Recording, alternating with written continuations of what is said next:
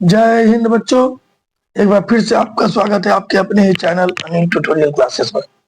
तो बच्चों आज हम लोग क्लास 10th के जो केमिस्ट्री है उसका चैप्टर नंबर 2 लेकर आए हैं, जिसमें हम लोग क्षार और लवण के बारे में पढ़ेंगे। और इस चैप्टर का मैं जितना भी इम्पोर्टेंट ऑब्जेक्टिव है सब लेकर आने की कोशिश करूंगा। फिलहाल मैंने इस वीडियो में 40 ऑब्जेक्टिव लिए हैं और ये इम्पोर्टेंट चैप्टर है बच्चों। और इससे उम्मीद रखिए कि कम से कम अगर ऑब्जेक्टिव हम तैयार भी करेंगे तो मुझे लगता है कि 60 से 70 ऑब्जेक्टिव तैयार हो जाएंगे और सारे के सारे ऑब्जेक्टिव इंपॉर्टेंट होंगे बच्चों। तो देखिए मैंने जो वीडियो बनाया है इस वीडियो में मैंने सारे के सारे क्वेश्चन अब तक जो पूछे गए क्वेश्चन है सबको लिया है और उम्मीद है इसका एक पार्ट 2 भी आएगा जिसमें मैं कम से कम 30 से 25 ऑब्जेक्टिव और लेके आऊंगा। फिलहाल इसमें मैंने 40 ऑब्जेक्टिव आपको बताने की कोशिश की है और याद रखिए सभी इंपॉर्टेंट है, इसको इग्नोर नहीं किया जा सकता है। ठीक है बच्चों, तो मैं इस जो वीडियो है इस वीडियो में सभी ऑब्जेक्टिव को बेहतर तरीके से आपको समझाने की कोशिश करूंगा। कुछ ऑब्जेक्टिव मैंने जो है ऑप्शन दिए, कुछ में बिना ऑप्शन का मैं लेकर आया हूं और मैं उसका आंसर आपको समझा दूंगा। ठीक है बच्चों, तो आज हम लोग इस वीडियो में जो सारे ऑब्जेक्टिव क्वेश्चन है उन सभी ऑब्जेक्टिव क्वेश्चन को ध्यान से देखेंगे, एक एक बातों को गौर से समझने की कोशिश करेंगे। लेकिन इससे पहले आप लोग वीडियो को लाइक और सब्सक्राइब कर दीजिए, तो इससे हम लोग मोटिवेट होते हैं, हम लोगों की इच्छा और ज्यादा वीडियोस बनाने की होती है। ठीक है बच्चों, तो थोड़ा लाइक और सब्सक्राइब कर दीजिए। तो चलिए हम अपने पहले क्वेश्चन को लेते हैं। जो पहला क्वेश्चन है बच्चों वो क्या कह रहा है, कोई भी विलियन हो वो लाल लिटमस पत्र को नीला कर देता है तो वह कैसा होगा। तो याद रखिए मैंने जो आपको बताया है कि अगर कोई नीला को लाल कर दे तो वो क्या होता है बच्चों, वो होता है अम्ल। क्या होता है, अम्ल। नीला को लाल कर दे तो वो क्या होता है बच्चों, अम्ल होता है। और लाल को नीला कर दे बच्चों तो वो क्या होता है, भस्म होता है। लाल को नीला करने वाला क्या होता है, भस्म होता है। इस चीज को आप लोग ध्यान दीजिएगा। नीला को लाल कर दिया तो अम्ल हो गया और लाल को नीला कर दिया तो क्या हो गया, भस्म, भस्म हो गया। और अम्ल का जो पीएच मान होता है, अम्ल का पीएच मान 7 से कम होता है और भस्म का पीएच मान 7 से अधिक होता है। इस चीज को याद कीजिएगा। उदासीन का 7 होता है। ये तीनों टॉपिक जो है ना इस चैप्टर का जान है। उदासीन का 7 होता है। तो सबसे पहले आप लोग देखिए यहाँ क्या कहा गया है कि विलियन जो है लाल को क्या कर देता है, नीला कर देता है। जब विलियन लाल को नीला कर देता है तो 100% क्या होगा, भस्म है। क्लियर हो गया कि भस्म है। और जब भस्म है तो उसका पीएच मान क्या होगा बच्चों, 7 से ज्यादा होगा, क्योंकि 7 तो उदासीन का होता है और 7 से कम अम्ल का होता है। तो देखिए ये 7 है तो ये उदासीन का होगा, ये नहीं होगा। ठीक है बच्चों, ये 5 है 7 से कम है, ये अम्ल का होगा, ये भी नहीं होगा। ये 6 है 7 से कम है, ये भी नहीं होगा। तो 7 से ज्यादा क्या है बच्चों, 10 है। तो 100% उसका पीएच मान कितना होगा, 10 होगा, क्योंकि वो भस्म होगा। तो इसलिए इसका जवाब सही क्या होगा बच्चों, वो होगा बी होगा। लेकिन अगर वही नीला को लाल कर देता तो अम्ल होता, फिर उसका आंसर इस दोनों में से कोई होता, क्योंकि 7 तो होता ही नहीं। 7 क्यों नहीं होता, क्योंकि 7 उदासीन है और उदासीन विलियन पर ना अम्ल का प्रभाव पड़ता है बच्चों, ना भस्म का। ठीक है, ये क्लियर हो गया हम लोगों का। अब हम लोग दूसरे नंबर क्वेश्चन को देख रहे हैं। आवाज से पता चल रहा बच्चों की थोड़ा गला मेरा थोड़ा फंस रहा है। कल अचानक से जो है सर्दी और क्या बोलता है गले में खराश आ गई है, इसलिए थोड़ा वीडियो में आवाज भारी लगेगा। फिर भी आप थोड़ा सा मैनेज करने की कोशिश करिएगा। ठीक है बच्चों, अब अगला क्वेश्चन ले रहे हैं। जब सोडियम हाइड्रोक्साइड, क्या क्या गया क्वेश्चन, ध्यान से देखिएगा। जब सोडियम हाइड्रोक्साइड की अभिक्रिया जिंक से कराई जा रही है, सोडियम हाइड्रोक्साइड की अभिक्रिया जिंक से कराते हैं, यानी जिंक Zn हो गया। इससे अगर हम लोग Zn से अगर हम लोग सोडियम हाइड्रोक्साइड NaOH की अभिक्रिया कराते हैं तो क्या बनता है। देखिए जब हम लोग जिंक से सोडियम हाइड्रोक्साइड की अभिक्रिया कराएंगे तो हम लोगों का बनेगा Na2ZnO2, Na2ZnO2 और हाइड्रोजन गैस मुक्त होगा। Na2ZnO2 बनेगा और हाइड्रोजन गैस मुक्त होगा। ठीक है, सोडियम जिंक ऑक्साइड क्या बनेगा, ये सोडियम जिंक ऑक्साइड बनेगा।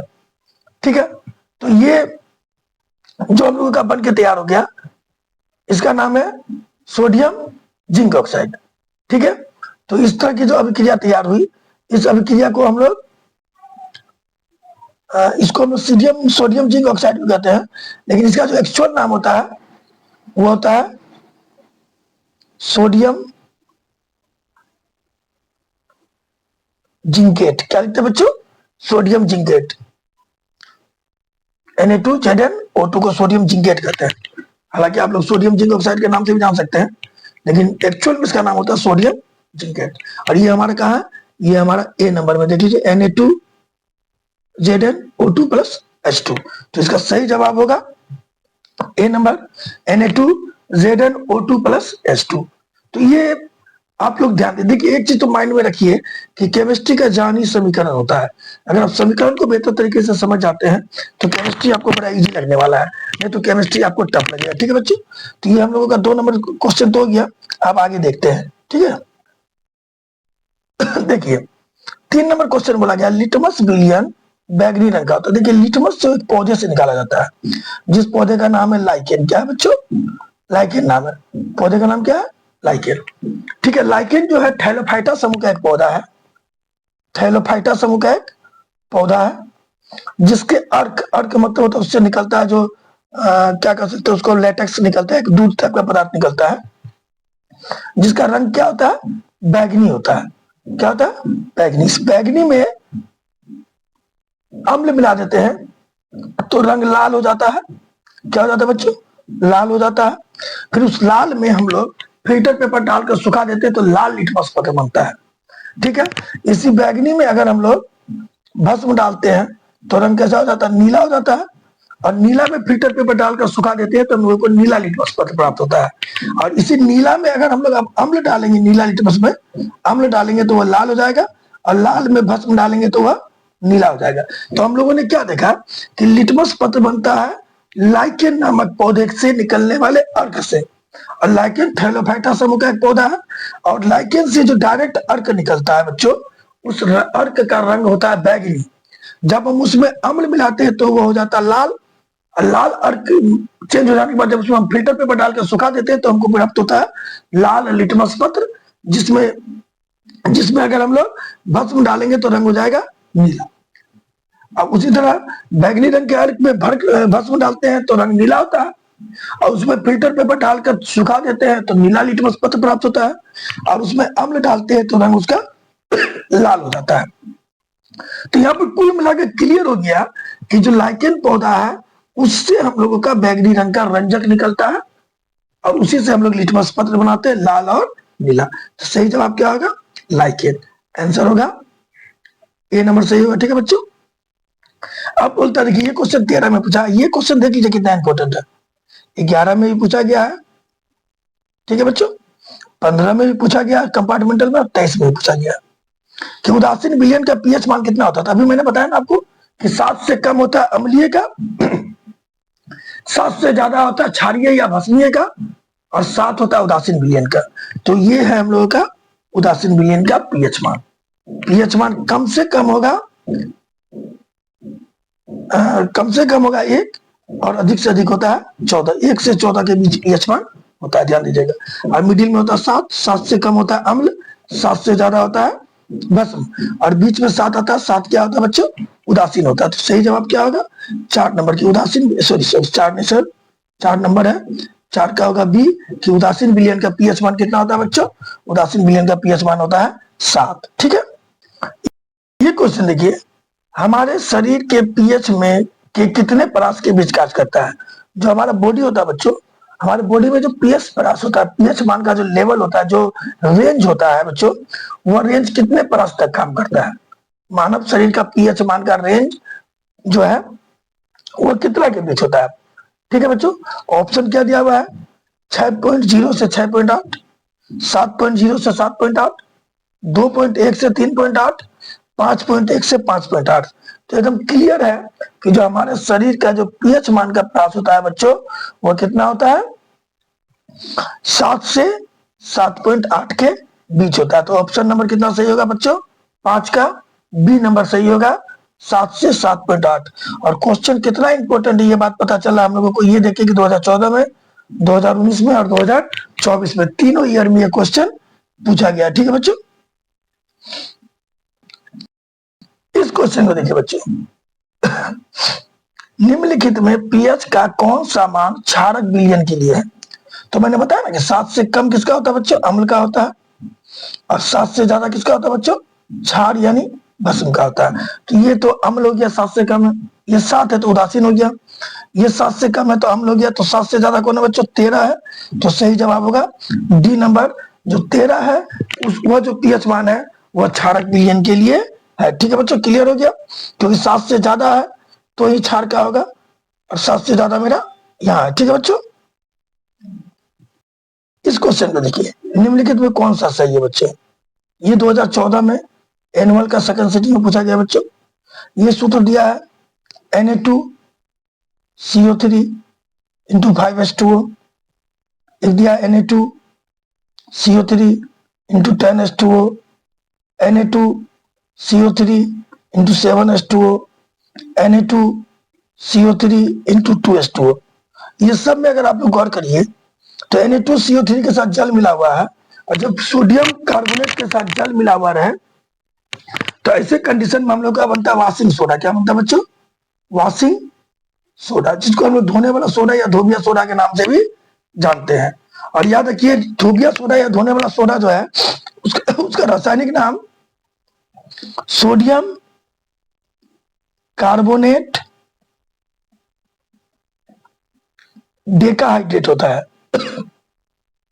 सोडियम कार्बोनेट डेकाहाइड्रेट होता है, इस चीज को ध्यान दीजिएगा बच्चों। और उसका सूत्र होता है Na2CO3 into Na2CO3 into 10H2O। क्या होता है? Na2CO3 into 10H2। इसको वाशिंग सोडा के नाम से भी जानते हैं, धोने वाला सोडा के नाम से भी जानते हैं। तो आंसर होगा हम लोगों का बी नंबर सही, क्योंकि 5 और 7 और 2 नहीं होता। क्या होता है बच्चों? 10 होता है। इस चीज को याद रखिएगा, Na2CO3 के साथ 10 लगता है। ये तो आपका नहीं पूछेगा सोडियम कार्बोनेट डेकाहाइड्रेट, ये नहीं पूछेगा। आप लोगों का पूछ सकता है कि धोने वाला सोडा या धोबिया सोडा का नाम क्या है। तो इस चीज को याद रखिएगा, Na2CO3 10H2O सूत्र होता है, उसका नाम होता है सोडियम कार्बोनेट डेकाहाइड्रेट। ठीक है बच्चों, देखिए क्वेश्चन क्या कह रहा है, सोडियम क्लोराइड के जलीय विद्युत जलीय विलयन में ठीक है विद्युत धारा प्रवाहित करने पर वो वियोजित होकर सोडियम हाइड्रोक्साइड बनाता है। इस प्रक्रिया को क्या कहते हैं? याद रखिएगा, जब भी सोडियम क्लोराइड के जलीय विलयन में विद्युत धारा प्रवाहित करके ठीक है क्या बनाया जाए? सोडियम हाइड्रोक्साइड NaOH बनाया जाए। तो देखिए भैया, NaOH जो है ना क्षार है। क्या है? क्षार। यानी जो प्रोडक्ट प्राप्त होता है वह क्षार प्राप्त होता है, और इसके लिए किसका यूज करते हैं हम लोग? सोडियम क्लोराइड NaCl का यूज करते हैं। और NaCl में क्या क्लोराइड है, तो निश्चित तौर पे यहाँ क्षार बन रहा है, और क्लोरीन का यूज करके क्षार बन रहा है, तो इसका नाम होगा क्लोर क्षार अभिक्रिया। क्या नाम होगा बच्चों? क्लोर क्षार अभिक्रिया। सोडियम क्लोराइड के जलीय विलयन में विद्युत धारा प्रवाहित करके उसको तोड़ना और सोडियम हाइड्रोक्साइड नामक क्षार बनाना क्या कहलाता है? क्लोर क्षार अभिक्रिया कहलाता है। वियोजन क्यों नहीं होगा? क्योंकि वियोजन में क्षार नहीं बनेगा। वियोजन में विद्युत धारा प्रवाहित करेंगे तो Na प्लस अलग टूटेगा, Cl माइनस अलग टूटेगा, टूट करके 2 यौगिक बनाएगा, इसलिए वियोजन तो होगा नहीं। क्लोर अभिक्रिया नहीं होगी, क्योंकि क्लोर अभिक्रिया बिल्कुल होता नहीं है कुछ। और संयोजन अभिक्रिया ये भी नहीं होगी, क्योंकि संयोजन अभिक्रिया में टूटता नहीं है, जुटता है। यह टूटने का जिक्र किया गया है। ठीक है, क्योंकि वियोजित मतलब होता है टूटना, तो वियोजित हो रहा तो ये तो होगा ही नहीं। अब वियोजन अभिक्रिया में 2 ही तत्व प्राप्त होते हैं, ये भी नहीं होगा। क्लोर अभिक्रिया बल्कि कुछ नहीं होता है, इसका नाम होगा क्लोर क्षार अभिक्रिया। क्यों होगा बच्चों? क्योंकि इसमें क्षार का निर्माण हो रहा है।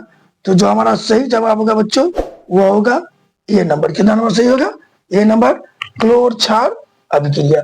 ठीक है, ये क्या बोला? सोडियम कार्बोनेट Na2CO3 इसके जलीय घोल में मिथाइल ऑरेंज डालने पर इसका रंग बदल के कैसा हो जाता है? याद रखिएगा, इसका रंग बदल के हो जाता है पीला। यानी सोडियम क्लोराइड के जलीय विलयन में अगर हम लोग मिथाइल ऑरेंज डालते हैं तो मिथाइल ऑरेंज डालने पर इसका रंग बदल कर क्या हो जाता है बच्चों? पीला हो जाता है। इस चीज को याद रखिएगा, मिथाइल ऑरेंज डालने पर रंग क्या होता है? पीला हो जाता है। किसका रंग? सोडियम कार्बोनेट का रंग बदलकर पीला हो जाता है। ठीक है बच्चों, तो सही जवाब होगा हम लोगों का ऑप्शन नंबर ये ठीक है। देखिए बच्चों, ये भी एक इंपॉर्टेंट क्वेश्चन है, 2015 में पूछा गया है।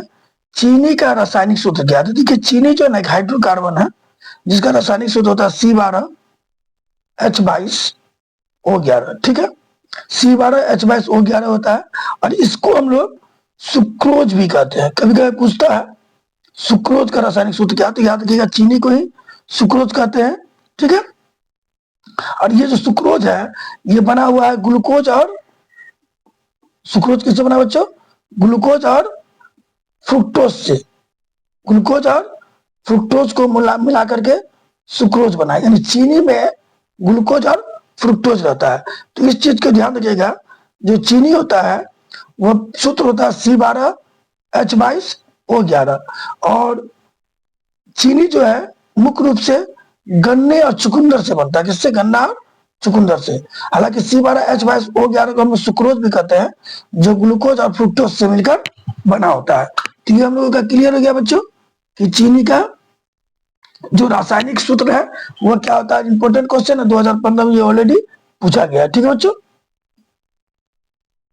ये भी इंपॉर्टेंट क्वेश्चन है, नीला थोथा का रासायनिक सूत्र क्या? देखिए इसका ऑप्शन दिया हुआ है, ठीक है, तो हम ऑप्शन हटा देते हैं, इसीलिए हटा दिए क्योंकि एक तो समय बहुत ज्यादा लगता है टाइप करने में भी, और आप लोगों को उससे क्या लेना है, क्या ऑप्शन दिया नहीं दिया। आपको सिर्फ इसका सूत्र क्या होता है ये याद रखना है।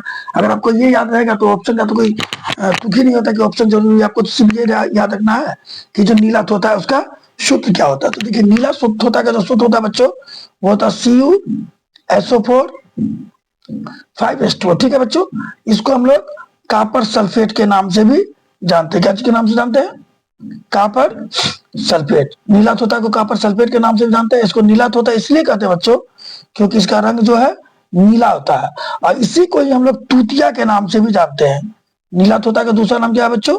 तूतिया। इस चीज को याद रखिएगा।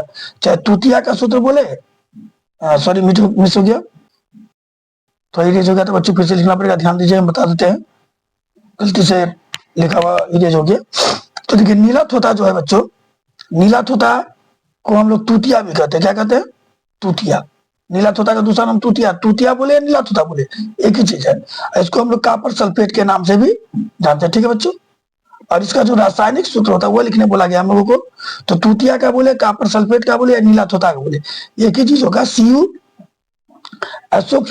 × 5H2O, ठीक है। और इसका रंग नीला होता है, इसलिए से हम लोग क्या कहते हैं? नीला थोथा कहते हैं। ये इतना नीला होता है कि एक बूंद डाल दीजिएगा ना तो पूरा गिलास जो है, एक बाल्टी भर पानी को वो नीला कर सकता है, ठीक है बच्चों। तो इस चीज को याद रखिएगा, ठीक है, कि नीला तोता जो है उसको तूतिया भी कहा जाता है हिंदी में। और ये कॉपर सल्फेट इसका रासायनिक नाम होता है, इसका रंग नीला होता है, सूत्र होता है CuSO4 × 5H2O। अब अगला क्वेश्चन, ये भी इंपॉर्टेंट है, संगमरमर का रासायनिक सूत्र क्या है, जो 15 और 17 में पूछा था। तो ध्यान दीजिए, संगमरमर का रासायनिक सूत्र होता है CaCO3। क्या होता है बच्चों? CaCO3। इसका नाम होता है कैल्शियम कार्बोनेट। संगमरमर का नाम क्या होता है बच्चों? Calcium carbonate. ये चूना पत्थर से बना हुआ है। किससे बना हुआ बच्चों? चूना पत्थर से।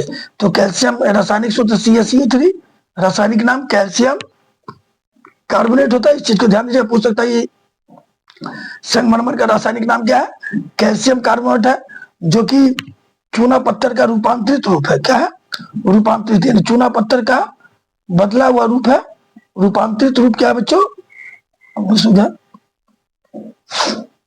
रूपांतरित रूप है बच्चों क्या?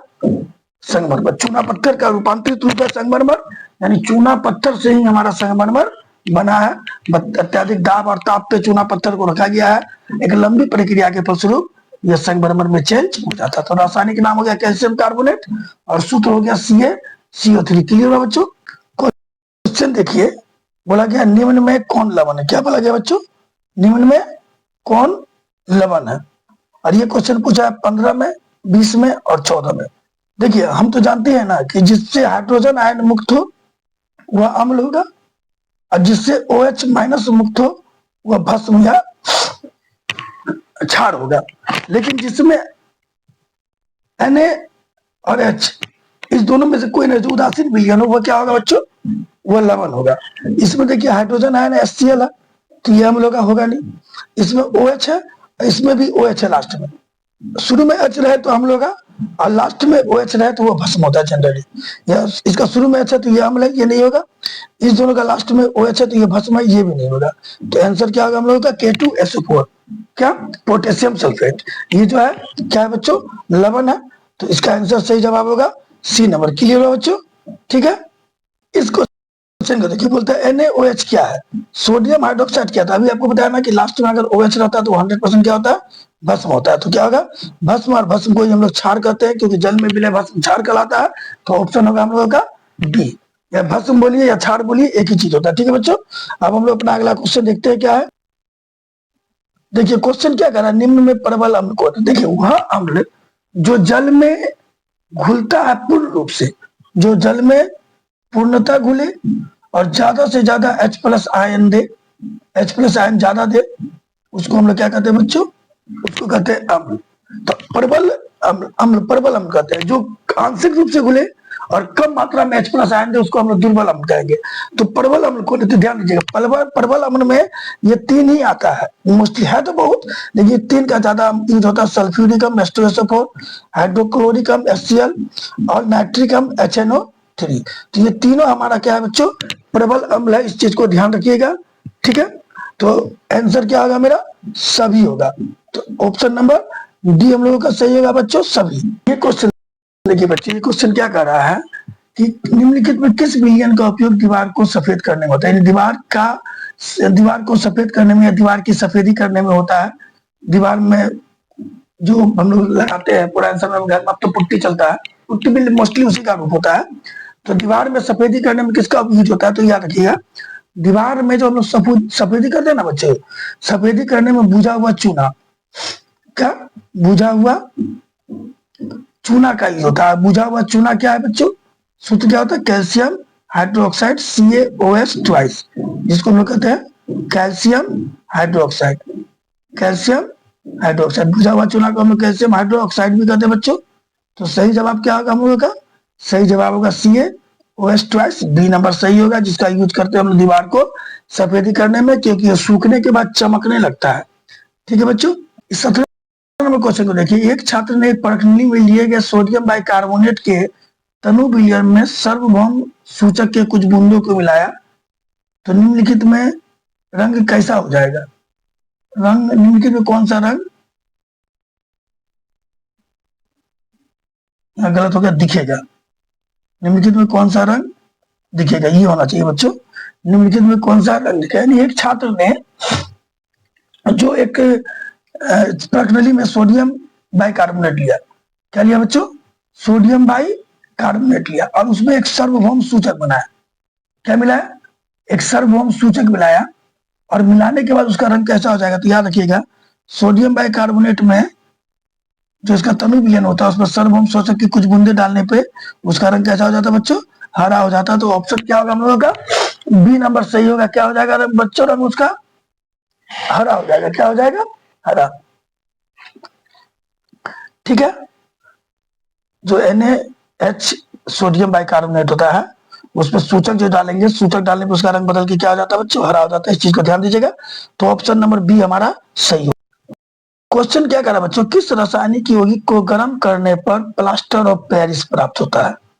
आप लोग प्लास्टर ऑफ पेरिस तो देखे होंगे, जिससे हड्डियां वगैरह टूट जाती है। तो हमारे पैरों में जो प्लास्टर होता है, हड्डी टूट जाए, उसको हम लोग प्लास्टर ऑफ पेरिस कहते हैं। और प्लास्टर ऑफ पेरिस बनता है बच्चों जिप्सम से। जिप्सम को अगर हम लोग 140 डिग्री सेल्सियस पर गर्म करते हैं तो प्लास्टर ऑफ पेरिस प्राप्त होता है। ठीक है, तो इसका सही जवाब होगा बच्चों बी नंबर। क्या प्राप्त होता है, किससे प्राप्त होता है प्लास्टर ऑफ पेरिस, किसको गर्म करने में प्लास्टर ऑफ पेरिस प्राप्त होता है? तो सही जवाब होगा जिप्सम को। ठीक है बच्चों,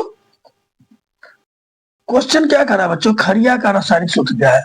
तो आप लोग यार ध्यान दीजिएगा, तो खरिया जो है ना, वो एक खनिज है। खरिया क्या है बच्चों, खनिज है, जो नेचर में ही पाया जाता है, नेचुरल मिनरल से यह, ठीक है, नेचर प्रकृति में पाया जाता है। और यह कैल्शियम कार्बोनेट का बना होता है, CaCO3 का बना होता है। इसीलिए इसका हम लोग रासायनिक सूत्र क्या लिखते हैं, कैल्शियम कार्बोनेट। खरिया का रासायनिक सूत्र क्या लिखते हैं बच्चों, कैल्शियम कार्बोनेट। यानी सूत्र हो गया कैल्शियम कार्बोनेट और CaCO3, और रासायनिक नाम हो जाएगा कैल्शियम कार्बोनेट। अगर कोई आपसे पूछे कि खरिया का रासायनिक नाम क्या है, तो आप बोल सकते हैं कैल्शियम कार्बोनेट। सूत्र तो CaCO3 होगा ही। ठीक है बच्चों, अब हम लोग अपने अगले क्वेश्चन को देखते हैं। अगला क्वेश्चन क्या है, शुद्ध जल का पीएच मान कितना होता है बच्चों? देखिए हमने भी आपको बताया ना कि जो उदासीन विलयन होता है उसका पीएच मान 7 होता है, अम्ल का 7 से कम और भस्म का 7 से ज्यादा। तो उदासीन देखिए 7 से कम है तो अम्ल होगा, 7 से ज्यादा है तो भस्म होगा, ये भी 7 से ज्यादा है तो भस्म होगा, ये दोनों भस्म हो गया और ये अम्ल हो गया। तो देखिए याद रखिएगा 7 जो होता है ना 7 उदासीन विलयन होता है और उदासीन विलयन ही हमारा शुद्ध जल है बच्चों। क्या है? शुद्ध जल है। इसलिए ऑप्शन नंबर बी हमारा सही होगा कि शुद्ध जल का पीएच मान कितना होता है बच्चों? 7 होता है। ठीक है, इस क्वेश्चन को देखिए बच्चे, बहुत इंपॉर्टेंट क्वेश्चन, बहुत ही ज्यादा इंपॉर्टेंट है, वीवीआई की श्रेणी में आएगा। 19, 20, 23 में पूछा है। धोबिया सोडा का रासायनिक सूत्र क्या है? तो याद रखिएगा धोबिया सोडा जो है ना बच्चों, उसका रासायनिक सूत्र होता है Na2CO3 इंटू 10H2, जो भी हम लोग पढ़े थोड़े पहले, और इसको हम लोग कहते हैं सोडियम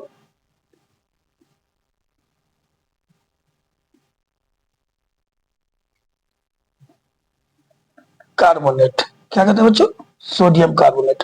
अब जो है सोडियम डेका हाइड्रोकार्बोनेट के नाम से भी जाना जाता है, तो हम लोग इसको याद रखेंगे सोडियम कार्बोनेट। तो धोबिया सोडा का रासायनिक सूत्र क्या होगा बच्चों? Na2CO3 इंटू 10H2, जिसको हम लोग सोडियम कार्बोनेट के नाम से भी जानते हैं। ठीक है बच्चों, इसका पूरा सूत्र ये होता है Na2CO3 इंटू 10H2। ठीक है, इसमें जो कण प्राप्त करना होता है ना, कण नहीं तो ये पाउडर की तरह हो जाएगा, सोडा पूरा पाउडर की तरह हो जाएगा। तो कण प्राप्त करने के लिए इसमें थोड़ा जल मिलाते हैं, इसीलिए इसमें आपको 10H2O देखने को मिलता है। नहीं तो एक्चुअल में Na2CO3 होगा, लेकिन ये जो होगा ये पूरी पाउडर की तरह होगा, शुष्क होगा, फूकने पे उड़ जाएगा। लेकिन ये आपका जो धोबिया सोडा होता है वो कण के रूप में होता है, तो कण के रूप में बदलने के लिए इसमें हम लोगों को थोड़ा बहुत जल मिलाना पड़ता है, इसीलिए इसके सूत्र में हम लोग 10H2O भी दर्शाते हैं। ठीक है बच्चों, इसको क्वेश्चन को देखिए, जिंक तथा सल्फ्यूरिक अम्ल के बीच अभिक्रिया से कौन सा गैस बनता है? जिंक तथा सल्फ्यूरिक अम्ल के बीच अभिक्रिया कराएंगे तो कौन सा गैस बनेगा? तो हम लोग ऑलरेडी पढ़े हुए बच्चों कि जिंक Zn और सल्फ्यूरिक अम्ल हो गया H2SO4। ठीक है बच्चों, तो Zn की अभिक्रिया H2SO4 से कराएंगे तो याद रखिए, हम तो बोल रहे हैं कोई भी धातु जो है वह अम्ल से अभिक्रिया करके हाइड्रोजन गैस मुक्त करेगी। धातुएं अम्ल से अभिक्रिया करके कौन सा गैस मुक्त करती है बच्चों? हाइड्रोजन गैस मुक्त करती है, यानी अभिक्रिया करके बनेगा ZnSO4 प्लस H2O। तो आपको समीकरण माइंड में H2 होगा, समीकरण माइंड में रखने की कोई जरूरत नहीं। याद रखिएगा अगर धातु है और रिएक्शन करने वाला पदार्थ अम्ल है तो धातु की अम्ल से अभिक्रिया कराएंगे तो हाइड्रोजन गैस से मुक्त होगा बच्चों। तो हम लोगों का आंसर होगा ए नंबर, क्योंकि अम्ल में हाइड्रोजन ही रहता है। ठीक है, H प्लस आयन रहता है, इसलिए हाइड्रोजन गैस मुक्त होता है। इस चीज को आप लोग माइंड में रखिएगा बच्चों। ठीक है, इस क्वेश्चन को देखिए 23 नंबर, कि मधुमक्खी जो होता है उसके डंक में कौन सा अम्ल होता है जिसके कारण जलन का अनुभव होता है? ठीक है बच्चों, इस क्वेश्चन को देखिए, ये क्वेश्चन 2020 में पूछा है कि मधुमक्खी के डंक में कौन सा अम्ल होता है? जो मधुमक्खी काटती है बच्चों, तो मधुमक्खी काटने के बाद आदमी को बहुत ज्यादा बेचैनी होने लगती है, बहुत ज्यादा जलन होने लगता है। आखिर क्या रहता है मधुमक्खी के डंक में कि जब वो काटती है तो जलन का अनुभव होता है बच्चों? तो याद रखिएगा मधुमक्खी के डंक में रहता है फॉर्मिक अम्ल। कौन अम्ल रहता है बच्चों? फॉर्मिक अम्ल।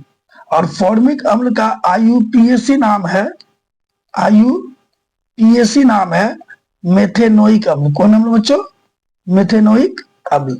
और जो इसका सूत्र होता है बच्चों, जो इसका रासायनिक सूत्र होता है वो होता है HCOOH। तो कोई भी ऑप्शन दे दे हम लोगों को वो सही होगा। अगर ऑप्शन फॉर्मिक अम्ल दिया है तो आंसर फॉर्मिक अम्ल लिखेंगे, मेथेनोइक अम्ल दिया है तो मेथेनोइक लिखेंगे, या फिर सूत्र दे दिया तो HCOOH लिखेंगे। ठीक है बच्चों, तो याद रखिएगा जो मधुमक्खी की डंक होती है उस डंक में फॉर्मिक अम्ल होता है या फिर मेथेनोइक अम्ल होता है, जिसके कारण हम लोगों को जलन का अनुभव होता है, जिसका सूत्र होता है HCOOH।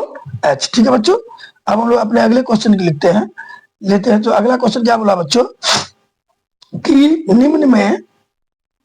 निम्न में अम्लीय वर्षा का मेन कारण क्या है बच्चों? ये क्वेश्चन दिया गया है, निम्न में अम्लीय वर्षा का मेन कारण क्या है, यानी अम्लीय वर्षा होती किसके कारण है? तो अम्लीय वर्षा होती है SO2 के कारण, सल्फ्यूरिक अम्ल के कारण, सॉरी सल्फर डाइऑक्साइड के कारण। क्योंकि सल्फर डाइऑक्साइड जो है ना बच्चों वायु के जलवाष्प से अभिक्रिया करके H2SO4 या फिर H2SO3 बनाता है, सल्फ्यूरिक अम्ल बनाता है या फिर सल्फ्यूरस अम्ल बनाता है, और जो वर्षा जल के साथ घुलकर पृथ्वी पर गिरता है और हमें हमारी मिट्टी को और हमारे शरीर को या विभिन्न तरह के पादपों को नुकसान पहुंचाता है, क्योंकि इसमें मेन अम्ल जो रहती है वह सल्फ्यूरिक अम्ल रहती है, H2SO4 होता है, जो सल्फर डाइऑक्साइड से बनता है। यानी निश्चित तौर से हमारे वायुमंडल में सल्फर डाइऑक्साइड की मात्रा बढ़ेगी तो अम्लीय वर्षा की संभावना भी बढ़ जाएगी। ठीक है बच्चों। टूथपेस्ट कैसा होता है, उसकी प्रकृति क्या होती है? तो याद रखिएगा, टूथपेस्ट की प्रकृति होती है क्षारीय। क्षारीय लिख सकते हैं आप, या फिर भस्मीय भी लिख सकते हैं। टूथपेस्ट की प्रकृति क्षारीय या भस्मीय होती है, क्योंकि जो हमारा मुंह है, मुंह में रात भर की क्रिया के फलस्वरूप क्या बनता है? रात भर की क्रिया के फलस्वरूप जो मुंह में हम लोग चॉकलेट वगैरह खाते हैं, जो मीठा चीज खाते हैं, वो मुंह में मौजूद सूक्ष्मजीवों से अपघटित होता है और मुंह में बनता है अम्ल। क्या बनता है बच्चों? अम्ल। और ये अम्ल अगर 5.5 से कम होगा तो हमारे दांतों को नुकसान पहुंचाएगा। तो इसी कंडीशन में जो हम लोग टूथपेस्ट का प्रयोग करते हैं या फिर नीम का दातुन करते हैं, क्योंकि नीम का जो दातुन होता है वो दातुन का स्वाद क्या होता है बच्चों?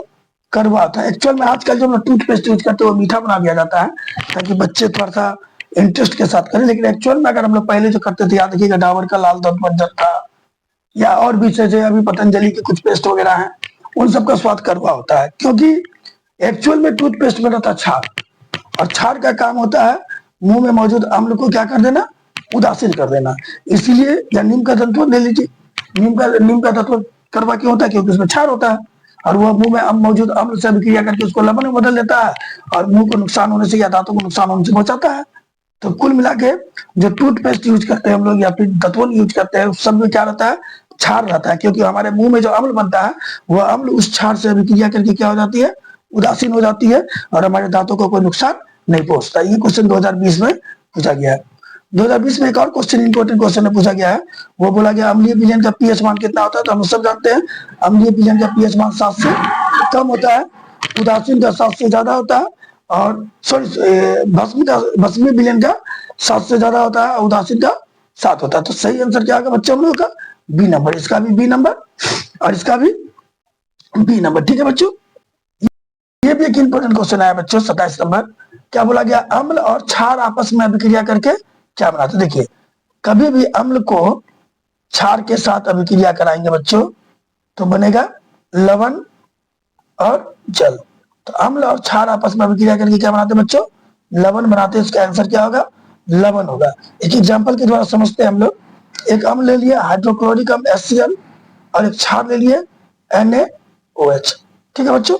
तो यह ध्यान दीजिएगा, अगर हम लोग बात करें पहले वाले भाग पे प्लस या माइनस, इसका ये प्लस इसका ये माइनस, ठीक है बच्चों, और इस तरह करके ये यहां से लेके यहां तक अलग हो जाएगा। ये Na प्लस इसका Cl माइनस मिलके NaCl बना देगा, जो कि एक लवण है। ठीक है बच्चों। और बगल में ये एक H है और यहाँ एक A, सॉरी H के हो गया, एक यहाँ है एक यहाँ है, ये दोनों मिलके H2 बन गया, उसके अलावा O भी बन गया, H2O बना है। तो देखिए, अम्ल और क्षार अभिक्रिया करके क्या बनाएंगे बच्चों? लवण और जल बनाएंगे। तो इसका सही आंसर होगा लवण और जल। क्या बनाएंगे? लवण और जल। लेकिन ऑप्शन में जब भी देगा, अगर ऑब्जेक्टिव टाइप पूछा जाएगा तो ऑप्शन में केवल लवण रहेगा, जल का मान उम्मीद बहुत कम आने की लिखा हुआ रहेगा। तो अम्ल और क्षार अभिक्रिया करके क्या बनाते हैं बच्चों? लवण बनाते हैं। उसके बाद जल द्वितीय उत्पाद के रूप में प्राप्त होता है और इस अभिक्रिया को हम लोग कहते हैं उदासीनीकरण अभिक्रिया। ठीक है बच्चों। अगला क्वेश्चन जो है वह बुझा हुआ चूना का सूत्र क्या होता है? समझे बच्चों। तो याद देखिए बच्चों, बुझा हुआ जो चूना है उसका सूत्र होता है CaOH ट्वाइस, जिसको हम कहते हैं कैल्शियम हाइड्रा या हाइड्रोक्साइड। कैल्शियम हाइड्रोक्साइड यानी कोई बुझा हुआ चूना का सूत्र क्या होता है बच्चों? तो बुझा हुआ चूने का सूत्र होता है कैल्शियम, सॉरी CaOH ट्वाइस, या नाम उसका होता है कैल्शियम हाइड्रोक्साइड। अगर कहीं पूछ ले आपसे, बाई चांस पूछ ले कि ये बनता कैसे बच्चों, तो याद रखिएगा, जो कैल्शियम ऑक्साइड होता है CaO कैल्शियम ऑक्साइड, उसमें अगर हम लोग जल मिला दें तो हम लोगों को CaOH ट्वाइस बनेगा। ठीक है। तो हम लोगों का ये तो हम एक्स्ट्रा बता दिया आप लोगों को। कोई पूछे कि बुझा हुआ चूना कैसे बनता है तो आप लोग बताइएगा CaO की अभिक्रिया जल से कराते हैं तो बुझा हुआ चूना बनता है। लेकिन अगर इसका आंसर पूछा जाए कैल्शियम ऑक्साइड का, सॉरी, बुझा हुआ चूना का सूत्र क्या होता है, तो आप सिर्फ ये लीजिएगा CaOH ट्वाइस। नाम पूछा जाएगा तो आप लीजिएगा ये। तो इसका सही जवाब होगा हम लोगों का CaOH ट्वाइस। ये हो गया आप लोगों का आंसर। देखिए हम ये सारा डिफिनेशन बता रहे हैं, लेकिन एक्चुअल में आंसर मेरा यहाँ लिखा हुआ है या फिर यहाँ लिखा हुआ है। ठीक है, ये हम समझाने के लिए बता रहे हैं। तो इसका सही आंसर क्या हो जाएगा बच्चों? इसका सही आंसर हो जाएगा हम लोगों का CaOH ट्वाइस, बुझा हुआ चूने का सूत्र। देखिए बच्चों, निम्न में कौन भस्म नहीं है? तो देखिए जिसमें OH रहेगा वो भस्म होगा। तो देखिए यहाँ OH है, ये भी भस्म है। ये कॉपर का ऑक्साइड है। देखिए धातु के ऑक्साइड जो होते हैं ना बच्चों, धातु के जो ऑक्साइड होते हैं वो भी याद रखिएगा, धातु के ऑक्साइड भी भस्मीय होते हैं, क्योंकि वो जल में अभिक्रिया करके भस्म बना देते हैं। ये कॉपर का ऑक्साइड है तो ये भी भस्म होगा, ये भी भस्म होगा, ये भी सोडियम का ऑक्साइड है, भस्म होगा। तो ये तीनों भस्म होगा। तो हम लोगों का भस्म कौन नहीं है बच्चों? भस्म नहीं है NaCl। तो जो आंसर होगा बच्चों हम लोगों का, वो आंसर क्या होगा? बी नंबर होगा NaCl, क्योंकि NaCl क्या है बच्चों? लवण है।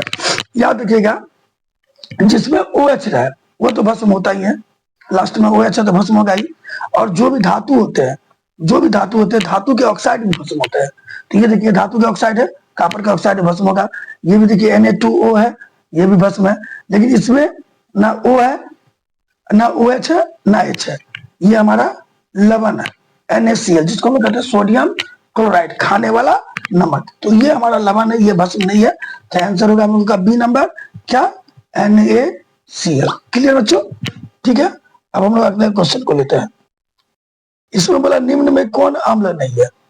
देखिए अम्ल कौन नहीं है, तो अगर हम लोग बात करें, जो क्वेश्चन गलत देखा गया है। निम्न में कौन अम्ल है, वही हम देख रहे थे, इसलिए वीडियो को पॉज करना पड़ा। निम्न में कौन अम्ल है? तो देखिए ये भी अम्ल नहीं है, ये भी अम्ल नहीं है, ये तो भस्म है। ये धातु के ऑक्साइड, अभी आपको बताया हम, ये दोनों धातु के ऑक्साइड है बच्चों। ये जो है OH है तो ये तो भस्म हो गया। ठीक है बच्चों, ये धातु का ऑक्साइड है तो ये भी भस्म हो गया हमारा। ये भी धातु का ऑक्साइड है, ये भी भस्म हो गया। तो अम्ल कौन है? निम्न में अम्ल कौन है? अम्ल लिखा गया, अम्ल होगा। अम्ल कौन है? तो ये अम्ल है, H2SO4 अम्ल है। तो ऑप्शन नंबर बी होगा, जिसको हम सल्फ्यूरिक अम्ल, बैटरिक अम्ल के नाम से भी जानते हैं।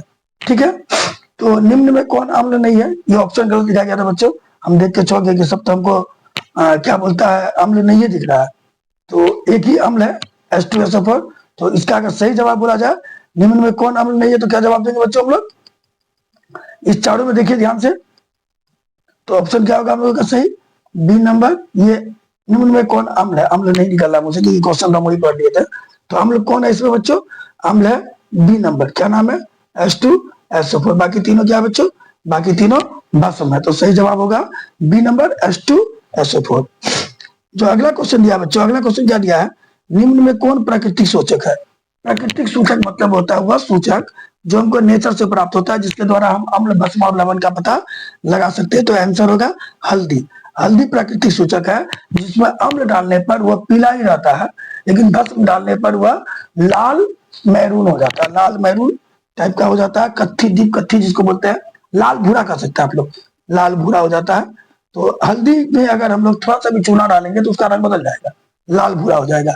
लेकिन हल्दी में अम्ल डालेंगे, जैसे नींबू डालेंगे, तो उसका रंग में कोई परिवर्तन नहीं होगा, वो पीला का पीला ही रहेगा। ठीक है बच्चों, इसीलिए हल्दी को हम लोग प्राकृतिक सूचक कहते हैं। ठीक, इस क्वेश्चन को देखिए 32 नंबर बोलता है निम्न में कौन क्षारीय ऑक्साइड है? तो अभी हमने बोला ना कि धातु के जो ऑक्साइड होते हैं बच्चों, वो क्या होते हैं? क्षारीय होते हैं और अम्लीय होते हैं। और अधातु के ऑक्साइड क्षारीय होते हैं। अधातु के ऑक्साइड क्या होते हैं बच्चों? क्षारीय होते हैं। तो यहाँ जो जब क्वेश्चन पूछा गया कि निम्न में कौन क्षारीय ऑक्साइड है, तो उसका सही जवाब क्या होगा बच्चों?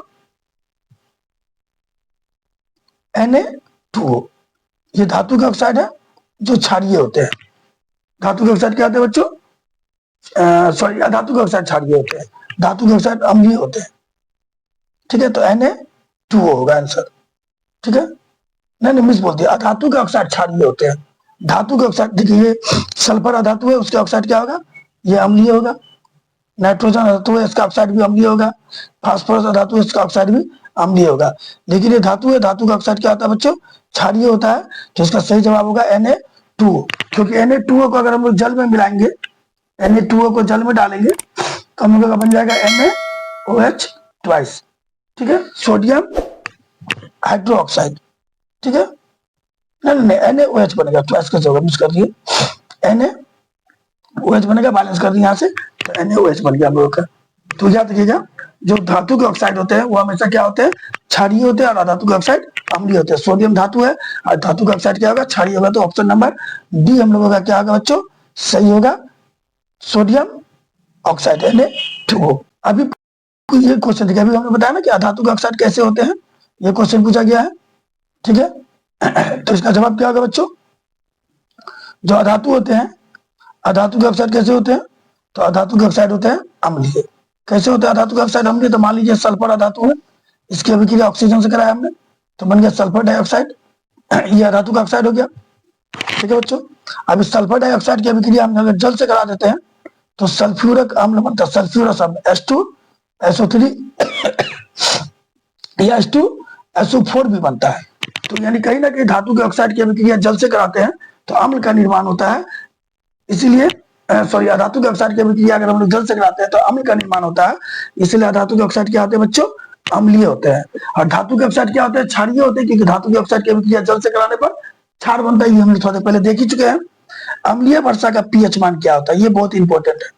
अम्लीय वर्षा का पीएच मान क्या होता है, समझो बच्चों, तो अम्लीय वर्षा का पीएच मान 5.6 से कम होगा। जो अम्लीय वर्षा होती है उसका पीएच मान कितना होता है बच्चों, 5.6 से कम होता है। इस चीज को माइंड में रखिएगा, बहुत इंपॉर्टेंट है, और बहुत जगह, बहुत कम जगह किताबों में इसका वर्णन किया गया है, ठीक है बच्चों।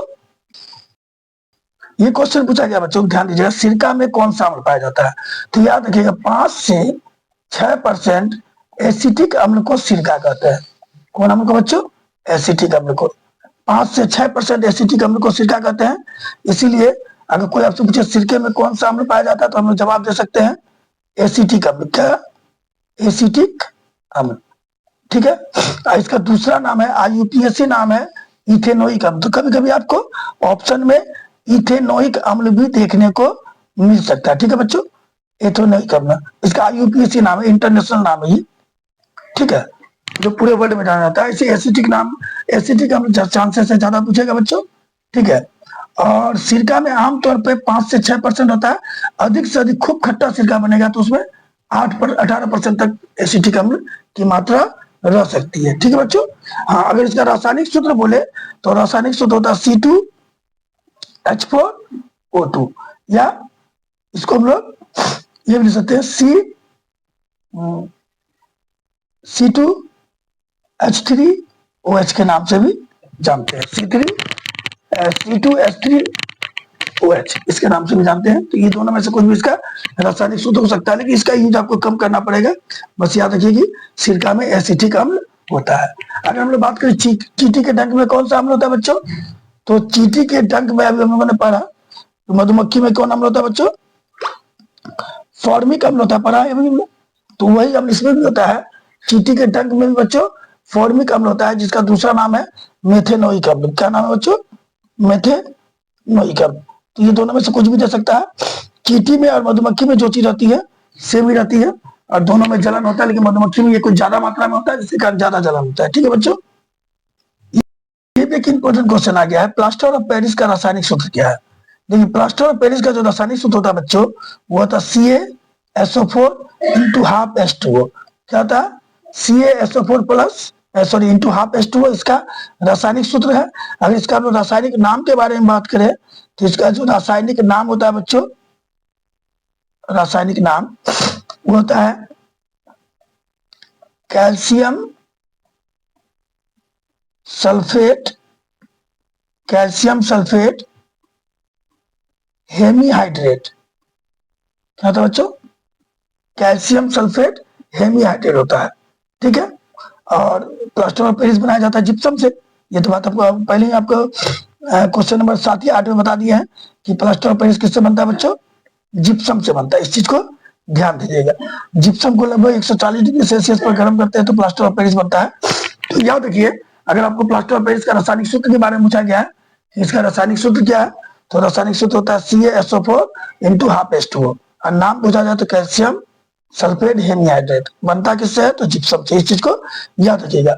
अगला क्वेश्चन है, जल में घुलनशील भस्म क्या कहलाता है? तो जल में घुलनशील भस्म को बच्चों क्षार कहते हैं। क्या कहते हैं? क्षार कहते हैं। ठीक है। एक क्वेश्चन पूछा गया है, निम्न में कौन संक्षारक अम्ल? संक्षारक अम्ल मतलब होता है किसी भी चीज को नष्ट कर देने का क्षमता रखने वाला अम्ल, या किसी भी चीज को अपने में घुला लेने की क्षमता रखने वाला अम्ल। तो याद रखिए संक्षारक अम्ल है सल्फ्यूरिक अम्ल H2SO4, जिसको हम लोग बैटरी अम्ल के नाम से भी जानते हैं। अगर इसमें हम कोई लोहा का टुकड़ा या कुछ डाले तो वो उस चीज को पूरी तरह से गला करके नष्ट करने की क्षमता रखता है, तो हम इसको संक्षारक अम्ल के नाम से जानते हैं, जिसका नाम है सल्फ्यूरिक अम्ल। क्लियर हो गया बच्चों? अमोनियम क्लोराइड का जलीय विलयन कैसा होता है? याद रखिए बच्चों, अमोनियम क्लोराइड जो है ना एक मजबूत अम्ल है, बहुत मजबूत अम्ल की गिनती में आता है। ठीक है। और इसका जो जलीय विलयन होता है निश्चित तौर पे क्या होगा बच्चों? अम्लीय होगा। अमोनियम क्लोराइड का जलीय विलयन कैसा होता है बच्चों? अम्लीय होता है। इस चीज को याद रखिएगा, क्योंकि एक बहुत मजबूत अम्ल है। अमोनियम क्लोराइड एक बहुत ज्यादा प्रबल अम्ल की गिनती में ही आएगा, समझिए इसको तो आप। तो इसीलिए अमोनियम क्लोराइड का जो जलीय विलयन होता है बच्चों उसको अम्लीय माना गया है, क्योंकि ये भी अमोनियम क्लोराइड एक अम्ल है ही, बहुत प्रबल अम्ल है। इसका जलीय विलयन भी काफी मजबूत होता है। ठीक है बच्चों, तो याद रखिएगा अमोनियम क्लोराइड का जलीय विलयन कैसा होता है? तो अम्लीय होता है।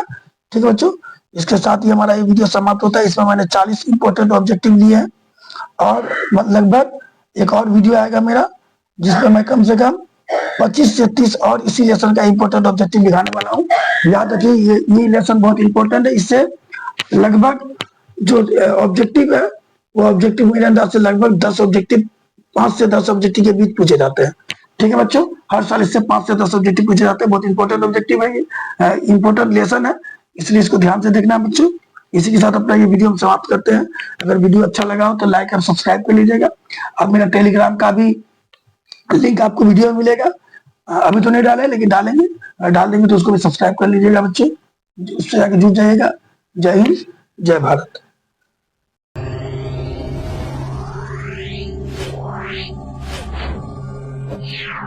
Yeah.